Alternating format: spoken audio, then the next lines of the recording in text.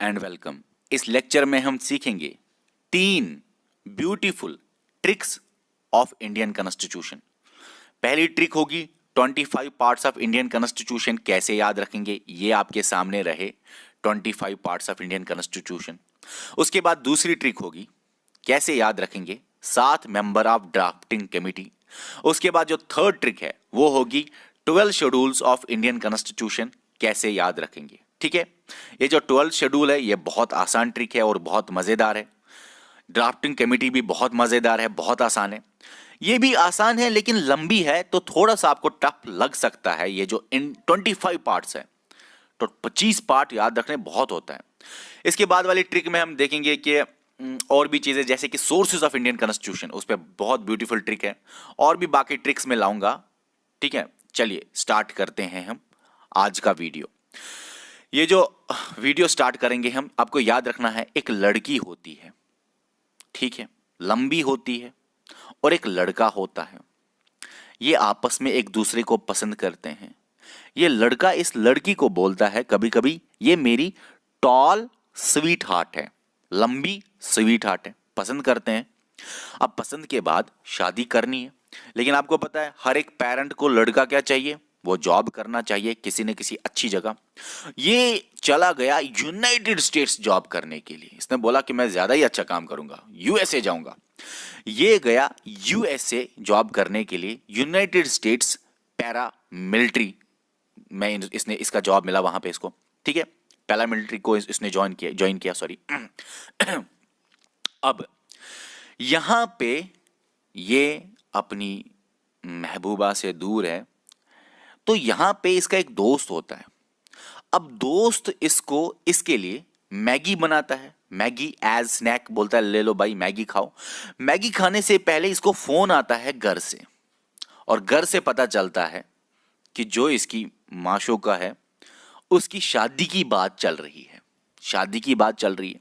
अब ये परेशान हुआ, इसने बोला दोस्त को मैं क्या करूं।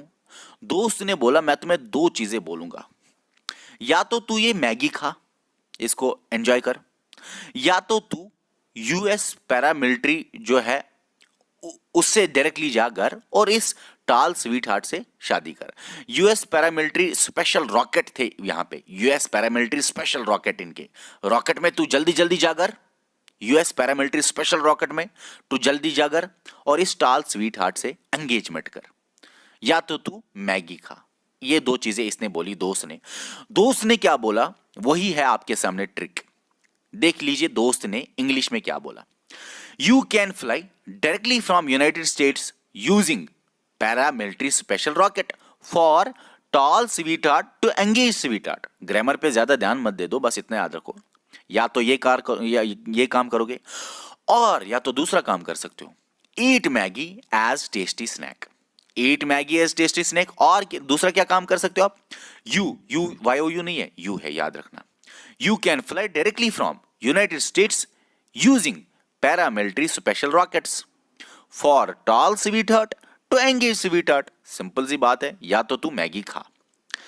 25 पार्ट्स ऑफ इंडियन कॉन्स्टिट्यूशन बहुत मुश्किल है याद रखने, बहुत लंबा है, आपको लगेगा मुश्किल है लेकिन बहुत आसान बनाने की कोशिश करूंगा मैं।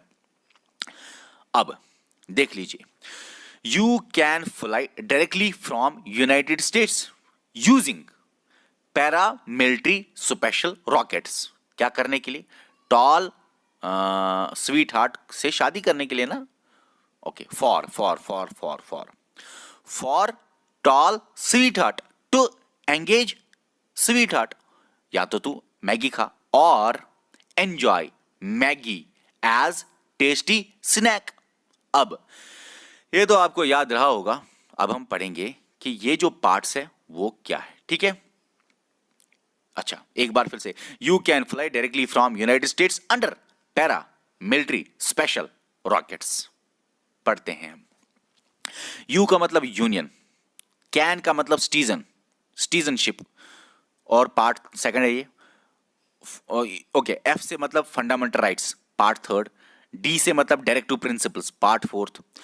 एफ से फंडामेंटल ड्यूटीज, पार्ट 4th ए है ये, याद रखना, पार्ट 4th ए है ये। ठीक है, पार्ट 4th ए किस अमेंडमेंट से ऐड हुआ, 42nd अमेंडमेंट एक्ट 1976। अब याद रखना, याद रखना, ये जो 4A है और एक जगह आएगा 14A, 4 और 14 आसान लगता है ना, 4A 14A, वहां पे भी इसी अमेंडमेंट से वो ऐड हुआ है।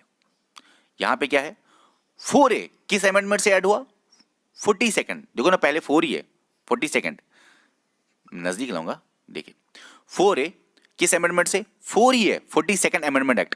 फिर दूसरा आएगा एक जगह फिर से अमेंडमेंट किया गया और एक पार्ट को इंट्रोड्यूस किया गया, वो है 14 थे, वहां पे भी ये इसी अमेंडमेंट से लाया गया है, वो देख लीजिए, देख लीजिए, यहां पे 14 थे, 14 थे, यही अमेंडमेंट है, ठीक है। तो ऐसे पढ़ते हैं, ठीक है, ओके। अब चलिए, ठीक है, 4th A, ठीक है, उसके बाद यूनियन, यू है ना ऊपर, अंडर, अंडर यूनियन, उसके बाद स्पेशल स्टेट, ठीक है, उसके बाद यूनियन टेरिटरीज, उसके बाद P से पंचायत, उसके बाद M से म्युनिसिपैलिटीज, उसके बाद S से शेड्यूल्ड, और उसके बाद R से relationship between union and states. अब इसको मैं देखो ना, आप बोलोगे सर ये क्या है, यूनाइटेड, ये क्या है, ये क्या है, ये सारी चीजें क्या है, ये सारी चीजें क्या है, इसको मुझे अच्छी तरह आपको पढ़ाना है। अरे बस ये ट्रिक है, अभी याद रखो बस, और ये 25 है ना, बस ऊपर ऊपर से याद रखो।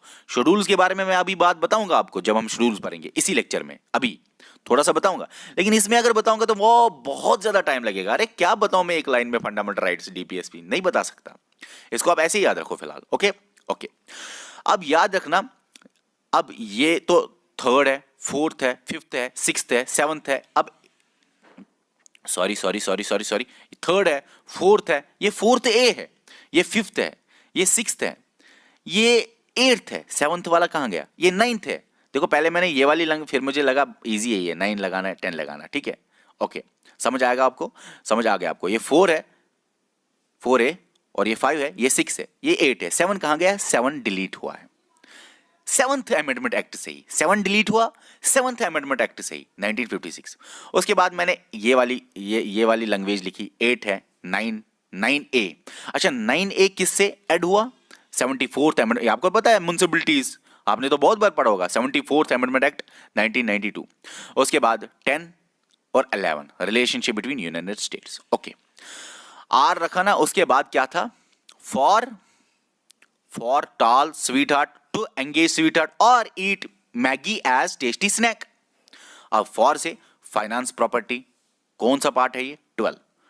टू से ट्रेड कॉमर्स पार्ट 13, एस से सर्विसेज पार्ट 14, पार्ट की बात करें, टी से ट्रिब्यूनल्स। अब पार्ट 14A, 4A जिससे अमेंडमेंट हुआ, 14A उसी से इंट्रोड्यूस हुआ, अमेंडमेंट मतलब ऐड हुआ, ठीक है।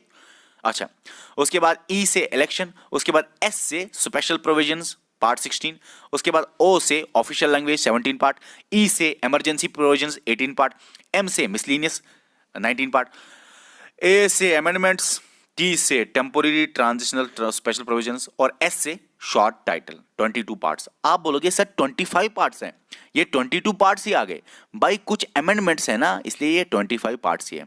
देखो भाई एक अमेंडमेंट यहां पे है ना, तो ये 2 पार्ट्स है, ठीक है, समझ आ रहा है ना।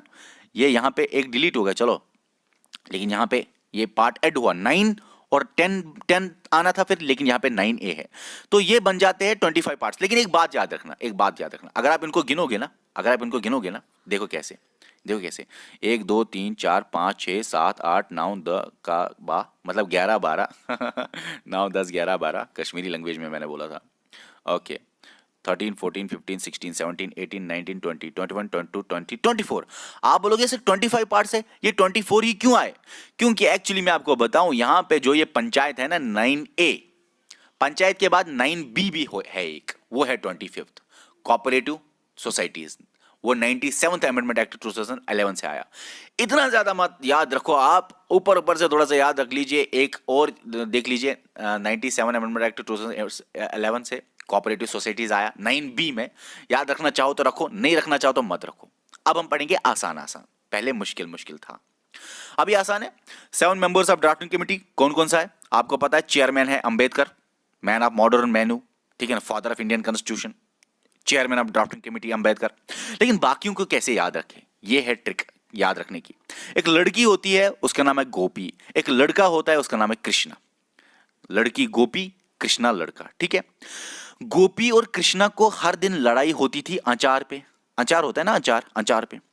गोपी हुई परेशान, वो गई साधु के पास। उसने बोला मैं जाऊंगी साधु के पास तावीज लाने के लिए, कुछ लाने के लिए, ताकि ये कृष्णा जो रोज लड़ाई करता है आचार पे वो शांत हो जाए। तो गोपी चली गई साधु के पास, लेकिन साधु से जाते जाते रास्ते में इसको मिली, गोपी को इसको मिला, सॉरी, मुंशी। मुंशी होता है ना, मुंशी। मुंशी जो रास्ते पे मिला तो मुंशी ने बोला गोपी को, गोपी कहाँ जा रहे हो? गोपी ने बोला भाई कृष्णा के साथ लड़ाई हुई, वो भी आचार पे, अब मैं जा रही हूं साधु के पास। मुंशी ने बोला आचार जब दिया इसीलिए लड़ाई हो रही है, आचार को छोड़ो और उसको दे दो महादाल। ठीक है, याद रखा ना? क्या याद रखा आपने? गोपी एक लड़की है और लड़के का नाम कृष्णा। लड़ाई किस पे होती है? आचार पे। गोपी किसके पास जाएगी कुछ तावीज वावीज लाने के लिए? साधु के पास। रास्ते में कौन मिला? मुंशी मिला। मुंशी ने क्या बोला? आचार छोड़ो, आचार मत दे दो, उसको क्या दे दो? महादाल। ठीक है, ये सिंपल सी चीज है ना। ओके, अब गोपी से आपको याद रखना है, गोपी नहीं, आपको याद रखना है पी आई को हटा के ALA स्वामी लिखना है, गोपाला स्वामी। कृष्णा स्वामी दूसरा है। आचार के बदले पहले कृष्णा डालिए, कृष्णमाचार्य। ओके, उसके बाद साधु के बदले सादुल्लाह याद रखिए। उसके बाद मुंशी तो मुंशी है, के मुंशी। महादाल के बदले, महादाल के बदले महादेव लिखना है, महादेव। ओके, समझा? ये DAL हटाना है, L हटाना है, VA लिखना है। ओके, अच्छा, अब यहां तो ठीक है, लेकिन याद रख लीजिए ये जो खैतान है ये पहले था, इसको रिप्लेस किया कृष्णमाचार्य ने। और मित्र ये डाई हुआ था इसीलिए, और ये जो मिटर है इसने रिजाइन किया था, उसके बदले रिप्लेस कौन, उसके बदले कौन आया? महादेवा। महादेवर ने रिप्लेस किया मिटर को, क्योंकि मिटर ने रिजाइन किया था। कृष्णमाचार्य ने रिप्लेस किया खैतैन को, क्योंकि खैतैन डाई हुआ था। ओके, मर गया था। ओके, ठीक है ना? ऐसे भी याद रख सकते हो आप, सॉरी सॉरी सॉरी क्या हुआ, ऐसे भी याद रख सकते हो आप, ये के है, ये के है, ये एम है, ये एम है।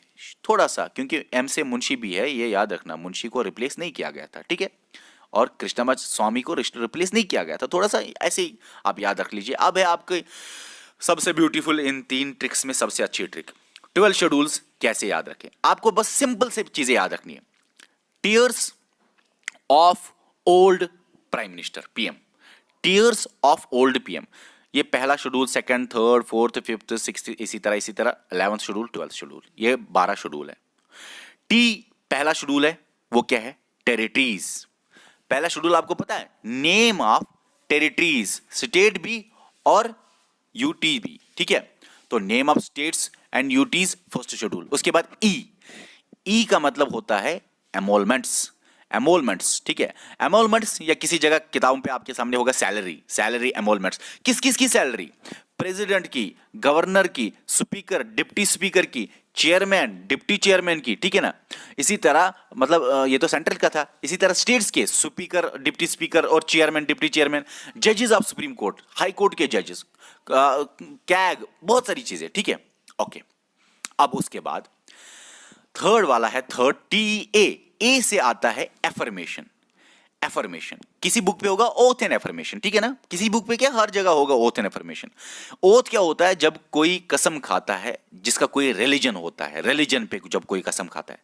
एफर्मेशन होता है इसके, उसके लिए जो किसी रिलीजन पे बिलीव नहीं करता, एथिस्ट, उसके लिए कोई खास बंदा जो उसका अपना प्यारा होगा, उस पे वो कसम खाता है। ओके, उसके बाद है आर। आर से मतलब राज्यसभा। राज्यसभा मतलब एलोकेशन ऑफ सीट्स राज्यसभा की। ठीक है ना? राज्यसभा में आते हैं ना मेंबर्स स्टेट्स और यूटी से, कितने आएंगे, कहां से आएंगे, वो बताएगा आपको fourth schedule of Indian constitution. उसके बाद है फिफ्थ शेड्यूल, वो एस है ना, एस का मतलब है शेड्यूल्ड एरियाज एंड ट्राइब्स के बारे में बात कर रहे हैं। उसके बाद OF, ओ सिक्स्थ शेड्यूल, वो बात करता है अदर शेड्यूल एरियाज, बाकी शेड्यूल एरियाज। देखो ना, शेड्यूल एरियाज का किस तरह से चलेगा, किस तरह से शेड्यूल एरियाज का चलेगा administration, control of schedule areas. तो यहां पे अदर शेड्यूल एरियाज का एडमिनिस्ट्रेशन कंट्रोल किस तरह चलेगा, किस तरह उनका एडमिनिस्ट्रेशन होगा। अदर शेड्यूल एरिया कौन कौन से स्टेट्स? ATMM याद रखना है, आसाम, त्रिपुरा, मिजोरम, मेघालय। ठीक है, यह है नॉर्थ ईस्टर्न स्टेट्स। उसके बाद आपको याद रखना है F, सेवंथ। F मतलब फेडरल। फेडरल का मतलब क्या होता है? फेडरल मतलब आपको पता है फेडरेशन क्या होती है, जहां पे सेंटर और स्टेट्स में पावर डिवाइड हो।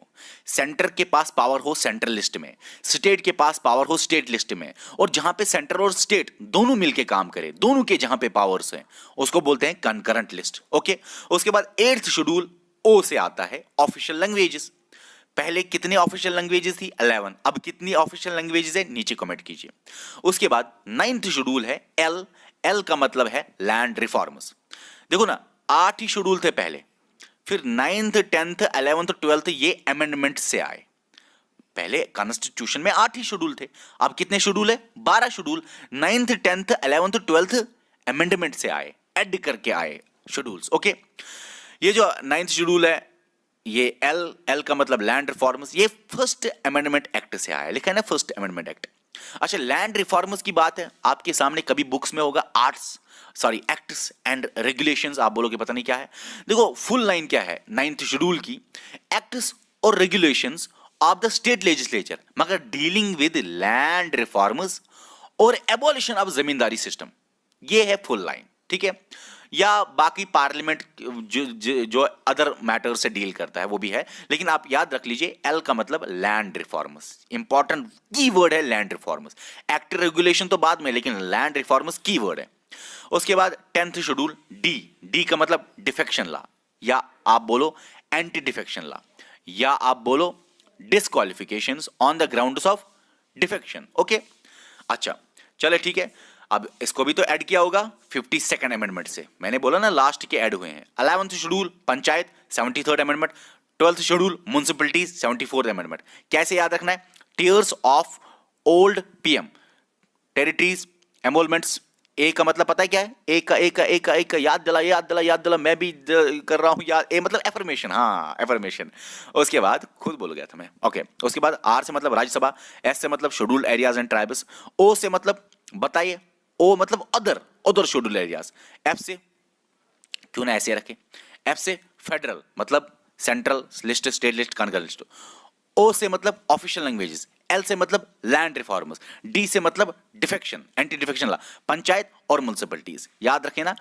तो आपके सामने ये थी। अब हम नेक्स्ट वीडियो में पढ़ेंगे, आपके सामने बहुत सारी चीजें हम ट्रिक्स लाएंगे, बहुत ट्रिक्स हम लाएंगे, जैसे कि सोर्स ऑफ इंडियन कॉन्स्टिट्यूशन, कैसे फंडामेंटल राइट्स को याद करें, कैसे फंडामेंटल ड्यूटीज को याद करें, डीपीएसपी को कैसे याद करें, और इंपॉर्टेंट आर्टिकल्स कैसे याद रखे जाए, वो सारी चीजें हम आपको समझाएंगे।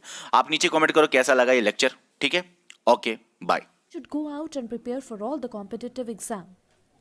We can utilize this time by doing self-study and taking help of Aspire Ada YouTube channel.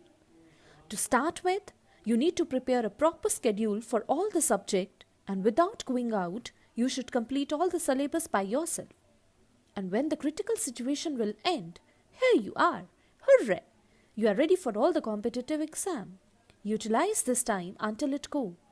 Aspire Ada Institute, best institute in Jammu for all the competitive exams. We care for you.